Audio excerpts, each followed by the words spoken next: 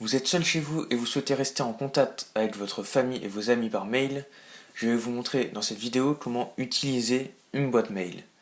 Donc j'avais déjà fait une vidéo, donc la vidéo précédente sur comment créer une boîte mail, toutes les étapes pour créer une boîte mail.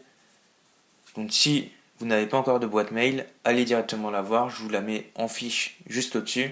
Vous avez juste à cliquer dessus et vous arriverez dessus et vous aurez toutes les étapes pour créer une adresse mail. Pour ceux qui restent sur cette vidéo, c'est que vous avez déjà une adresse mail, donc vous pouvez dès à présent vous connecter dessus pour accéder à la page d'accueil que vous devrez maintenant bien connaître. Sur cette page d'accueil, du coup je pense que vous avez deviné, pour créer un mail, il faut faire nouveau message. On appuie dessus et là une petite fenêtre s'ouvre qui nous propose de créer un message, d'écrire un message. Il y a plusieurs espaces. Le premier A, donc c'est le destinataire, à qui vous voulez envoyer le mail. Donc vous pouvez mettre l'adresse que vous souhaitez. C'est l'adresse de la personne à qui vous voulez envoyer le mail.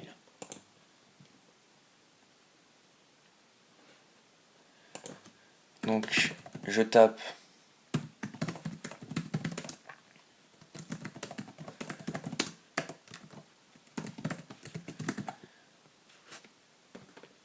l'adresse mail. L'objet c'est en gros le titre du mail. Vous pouvez mettre voilà,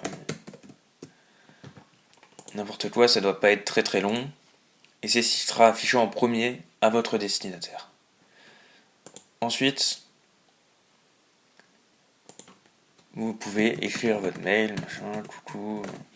Là, vous écrivez ce que vous voulez. Donc ça, c'est vraiment la fonctionnalité de base. Écrire un mail, tout simple. Un mail, donc juste le destinataire, un objet et du texte.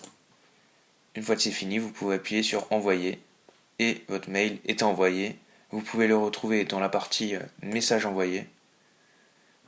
On voit qu'il a bien été envoyé. Vous pouvez le rouvrir, voir comment il a été fait. Retour au message, boîte de réception. Donc, ça c'était pour un mail classique. Si vous voulez par exemple envoyer une photo par mail, donc les premières étapes sont bien entendu les mêmes. Là, une fois que vous avez rentré une adresse mail une fois, elle vous est proposée automatiquement. Donc là, objet, on va mettre photo. Là, vous pouvez toujours écrire voilà. Mais cette fois-ci, on va mettre joindre un fichier. Là, on vous ouvre le menu, on vous ouvre le gestionnaire de fichiers de votre ordinateur. Donc vous allez chercher sûrement dans images, dans votre dossier images, c'est sûrement là que vous aurez vos photos. Vous chargez, vous choisissez votre image et vous la chargez. Elle sera affichée ici, vous voyez, image 14 kT. Et pareil, vous pouvez envoyer. Si vous voulez voir votre message, vous allez dans message envoyé et vous voyez que cette fois-ci il y a une image, image1.jpg. Vous pouvez cliquer dessus et vous voyez l'image. Vous pouvez retourner dans boîte de réception et on va essayer encore quelque chose d'autre. Donc toujours l'adresse mail qui a été enregistrée. Cette fois-ci, on va l'appeler texte modifié et on va essayer de modifier un peu le texte.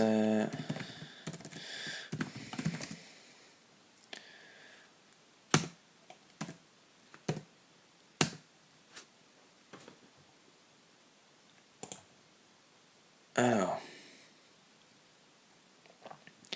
donc tout d'abord, on peut rajouter des petits emojis. Si vous allez sur insérer un emoji, on va vous proposer une liste de petits personnages, petites têtes qui vont pouvoir symboliser des états d'esprit marrants, heureux, sages, gentils, tristes, énervés, que vous pouvez placer dans votre message comme ça et qui vont s'afficher.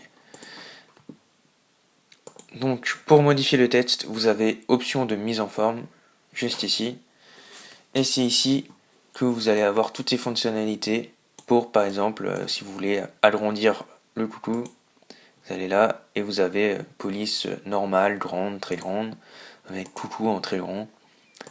Et pareil pour la couleur, vous pouvez changer la couleur du texte. On va mettre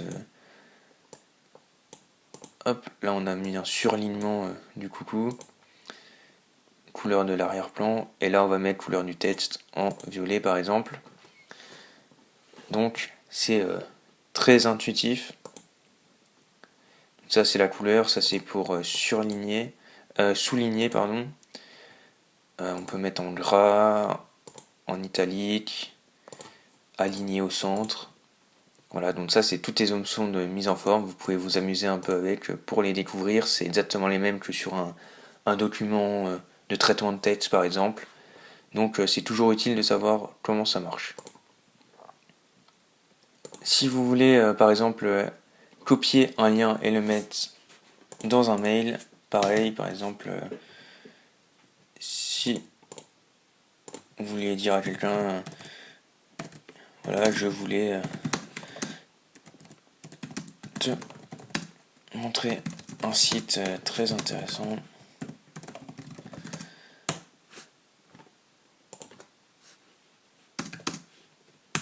Et vous voulez mettre le lien du site, vous pouvez taper.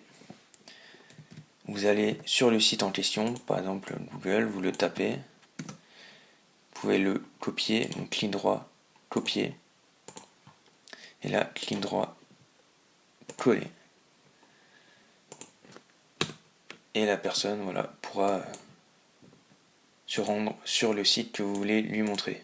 Donc là, Google, c'est pas très marrant, c'est sur par exemple, hop, on va chercher une photo de chat. Vous voulez un lien d'une photo de chat.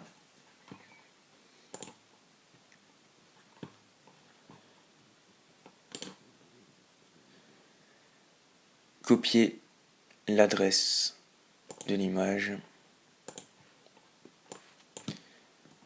Et là, coller.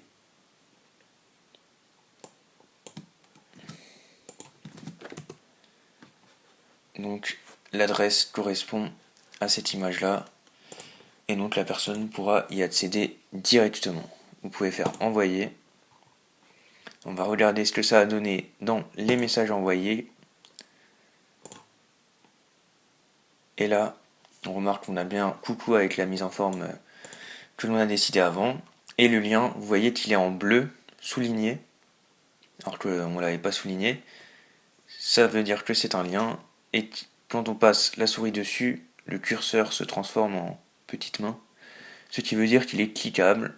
On fait un clic dessus et on arrive sur cette fameuse page qui renvoie sur la photo du chat. Voilà, vous avez la possibilité de faire tous les mails que vous voulez. Donc faites-vous plaisir, envoyez des mails à tous vos amis, à votre famille et testez ces fonctionnalités, entraînez-vous et vous verrez, ça rentrera tout seul au bout d'un moment. Si vous avez des questions, n'hésitez pas à les poser encore une fois dans les commentaires. Si vous avez des sujets de vidéos à proposer, des logiciels avec lesquels vous avez du mal, certaines fonctionnalités que vous voulez maîtriser, n'hésitez pas encore une fois à me le dire dans les commentaires. Sur ce, j'espère que la vidéo vous aura bien aidé. Passez une bonne journée et n'oubliez pas que le meilleur moyen d'apprendre, c'est en pratiquant.